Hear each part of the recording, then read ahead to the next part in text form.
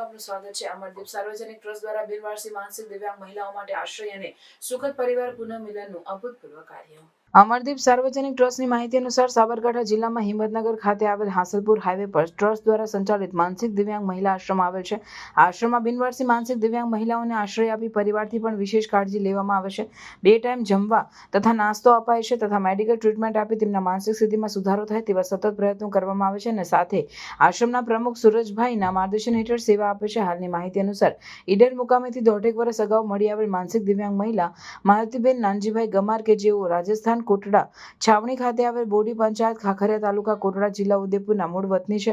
તેઓને 1.5 વર્ષ અગાઉ આશ્રમમાં લાવેલા અને આજ સુધી રાખી સેવા કરી ત્યારબાદ તાજેતરમાં ટ્રસ્ટ દ્વારા તેમના પરિવારનો સંપર્ક કરેલો અને તેમના પિતા નાનજીભાઈ જીવાભાઈ ગમાર તથા તેમના ભાઈ શ્રવણકુમાર નાનજીભાઈ ગમાર તથા જયંતિભાઈ પુંજાભાઈ ગમાર બધા રહેવાસી રાજસ્થાનનો સંપર્ક કરી આશ્રમમાં બોલાવી તારીખ 4/4/2025ના રોજ મારુતિબેનને પરિવાર સાથે સુખદ મિલન કરાવ્યું અને સોંપવામાં આવ્યા। આ પ્રસંગે સંસ્થાના પ્રમુખ સુરેશભાઈ તથા ટ્રસ્ટી તારાબેન કે પરમાર તથા મંત્રી કિરીટભાઈ કે પરમાર તથા કૃણાલ કુમાર હાજર રહ્યા હતા અને સોંપવાની કામગીરી પૂર્ણ કરી। આ પ્રસંગે મારુતિબેનના પરિવારે સંસ્થાની કામગીરીને બિરદાવી અને સંસ્થાને દાન કરવા જાહેર જનતાને વિનંતી કરી। જુઓ અહીં રજૂ કરવામાં આવેલ રહેલા ફોટો અને વિડીયોઝ।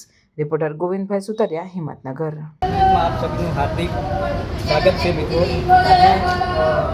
અમરદીપ ઓશિરા તાલુકાથી જે વિડીયો વાયરલ થયો હતો માનસિક દિવ્યાંગ આશ્રમ શાળામાં અને રાજસ્થાનથી જે માણસો અહીંયા રહેવા માટે આવ્યા છે તેમના માટે અને જે અહીંયાના ટ્રસ્ટી છે તેમના સાથે આપણે વાત કરીશું। સાહેબ, તમને આ કેટલા વર્ષથી તમને મળી આવેલી? 1 વર્ષથી વધુ થયું। આ બેન ઈડરથી બાબા સાહેબના ટેચે નીચે બેસી રહેતા અને આવતી જતી પબ્લિક જોતી હતી, તમને કોલ કર્યો સામાજિક કાર્યકર્તા ડૉક્ટરે મનોજભાઈ ડૉક્ટરે અમે ત્યાં અત્યારે પહોંચી ગયા અને સ્થળ પર જોયું તો કપડાં વગરના બેન પહેરેલા હતા ત્યાં વગર એમને વ્યવસ્થા ચાદરની કરી એમને નાખી અને પછી એમની સંસ્થામાં લાવ્યા। પછી એમને વર્ષથી ઉપર થયું અને ધીરે ધીરે એમને દવા સંસ્થા દ્વારા આપવામાં આવી, એમને 2 ટાઈમ જમવાનું આપવામાં આવ્યું, એમના અહીંયા સારી રીતના વ્યવસ્થા તમામ પ્રકારની કરવામાં આવી અને અહીં એમના મનોરંજન થાય, સાંજે રમતગમતની વ્યવસ્થા, ટીવીની વ્યવસ્થા, ધીરે ધીરે રિકવર થયા પછી એમને એમનું ગામનું નામ બોલતા થયા, ગામનું નામ પછી પપ્પાનું નામ બોલતા થયા, પછી થોડું બોલતા થયા। પછી વાય મેં કોન્ટેક્ટ કર્યા બાદ કોન્ટેક્ટ થયો અને જયંતિભાઈ ગમારનો મારા ફોન પર કોન્ટેક્ટ થયો। એમને કીધું કે હું સામાજિક કાર્યકર્તા છું અને આ રીતના હું મદદરૂપ થઉં છું। તો એમને પછી મને એવું બી કીધું કે હું પત્રકાર તરીકે બી સેવા આપું છું અને એમને પછી એમના ગ્રુપના અંદર આ વિડીયો એમને વાયરલ કર્યો। વાયરલ કર્યા બાદ એ પોતે હાલ મારા જોડે જ છે, ઇન્ટરવ્યૂ લે છે એ જ છે ભાઈ, અને બહુ અભિનંદન પાઠવું છું કે એમને એવું એમના મા બાપ પોતે એમના પપ્પા છે, એમની બેબી છે, એમના ભાઈ છે અને જોડે રહી અને પુષ્કળ પ્રમાણમાં એમના ગામના સાથે લઈ અને રાજસ્થાનથી આવ્યા અહીંયા અને અહીંયા એમની ફેમિલી હાલ રાજસ્થાન રહે છે। રાજસ્થાન આવ્યા અને આ છોકરીનો અગાઉ માનસિક સંતુલન સારું થયું હતું પણ થોડું નીકળી ગયા હતા, ક્યાંથી બાજુ બગડી ગયું। અહીંયા આવ્યા પછી 1.5 વર્ષ થયું અને તૈયાર થઈ ગયા છે। એના મા બાપ, એના ભાઈઓ, મા બાપ, એના કુટુંબ કબીલા સાથે અહીંયા આવ્યા છે, લેવા માટે આવ્યા છે। સુરજભાઈ પોતે ટ્રસ્ટી છું અને આવી અવારનવાર બહેનોને પહોંચાડેલી છે ઘણી બધી અને હાલ એક મારી બહેન છે એક નાની અને એમને હું એમના પપ્પા જોડે પહોંચ્યું તો મને બહુ જ ખુશી થાય છે અને મારા જોડે મારા મધર બી છે, આવી સેવા આપતા રહીએ છીએ। તો કોઈને આવી સંસ્થામાં કોઈ બી પ્રકારનું નાનું મોટું કોઈ બી પ્રકારનું દાન કરવું હોય તો અહીંયા સુરજભાઈનો કોન્ટેક્ટ કરી શકો છો।